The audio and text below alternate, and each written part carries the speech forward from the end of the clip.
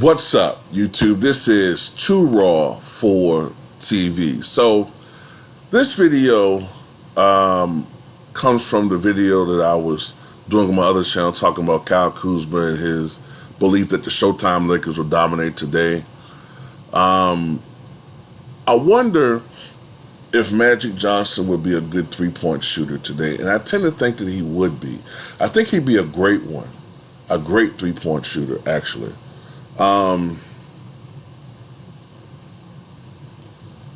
Number one, I understand that there are a lot of different things you got to factor into this situation. Magic's game would be different. He would be influenced by the way the game is played today. I'm not even sure if he'd be a point guard today in today's league. I think he probably would be a small forward, but a point forward. All right. Perhaps in a similar vein, or as LeBron James. Certainly not as explosive, not as athletic, not quite as big. Similar in height, but maybe because of conditioning, or maybe a little bit more muscular, maybe more around 225, 230 instead of 215, 220. But I think he would be very high basketball IQ, a real true high basketball IQ, and a much better passer than LeBron James. Much better. I mean, look, I'm not knocking LeBron. I'm not saying he's not a good passer, man, but a lot of his numbers have come from a combination of durability and longevity. But I think Magic Johnson, if he was playing today with no big man clogging up the middle, the way they play basketball, I would see him racking up triple-doubles at a rate that even Russell Westbrook couldn't reach. I think he would be getting, I think Magic Johnson would be getting like 20, I want to even say, I even want to say 30 to 40 triple-doubles a season, regularly. I think he would. And I think he would average,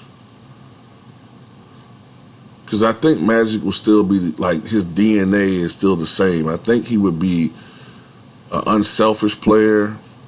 I think he would kind of be a little bit like, remember how Jason Kidd was never an offensive player, but he did develop that three-point shot? But I think Magic would have that shot, but he'd be more accurate and better than Jason Kidd. I think he would just be a guy averaging maybe 20 points, 10 rebounds. Shit, man. The way they count assists today, 13 and a half assists a game in his prime. I'm not exaggerating. I'm not trying to belittle how the game is today. I just think that Magic would be better. I think that if you look at his actual career and how when he first got drafted, he didn't have a jump shot. And then toward the end of his career, the latter part of his career, 87, he had a serviceable jump shot. And he was continuing to expand in his range to the point where by the end, 90, 91, he actually had a three-point shot you had to respect. That was not in his game.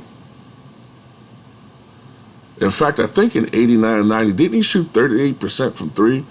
So even though he only shot 30% from three for his career, when you look at the fact that he played in the 80s, that's a respectable percentage. The last 4 years, he shot 33% from three.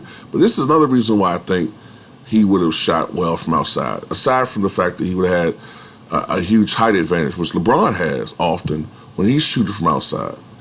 The fact that I believe there's usually, not always, but there's usually a correlation between being a great free throw shooter and a great three-point shooter or outside shooter.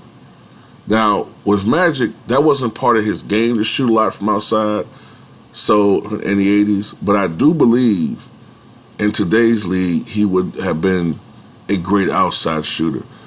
Look, Magic when he first came into the league was about a 74, 75% free throw shooter. For his career, he shot 85%, but that's because the first few years of his career drove down his percentage. Toward the latter part of his career, he was a 88 to 91% free throw shooter. One of those years, he led the league in free throw percentage. And usually, players who are amongst the leaders in free throw percentage are usually great outside shooters. And I'll give you an example I'm talking about. Steph Curry, the greatest free throw shooter by percentage ever.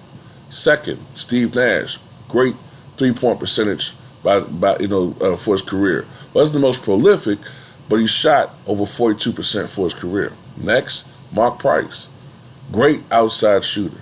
Other players are examples. Larry Bird, great outside shooter. Ray Allen, great outside shooter. Chauncey Billups, great outside shooter. Glenn Rice, 86% for his career, great outside shooter. Joe Dumars, 86% for his career, great outside shooter. And for the most part, Mahmoud Rauf, another one, 90+% for his career, great outside shooter. So look, Rick Barry, great free throw percentage. Now in his era, they didn't shoot a lot of outside. They didn't shoot a lot of threes, but he was a great outside shooter as far as mid-range concerned. So you get what I'm talking about. Usually, Chris Mullin's another one.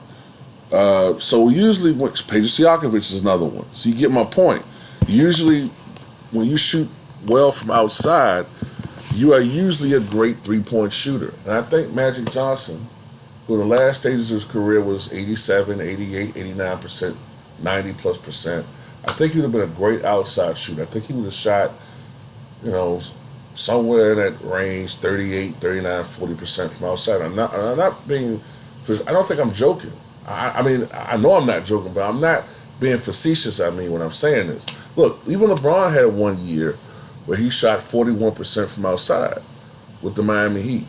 So I definitely think that Magic could have done that if he worked on that aspect of his game, and I can see that in today's league. That would have been a big weapon for him. But anyway, tell me what you guys think.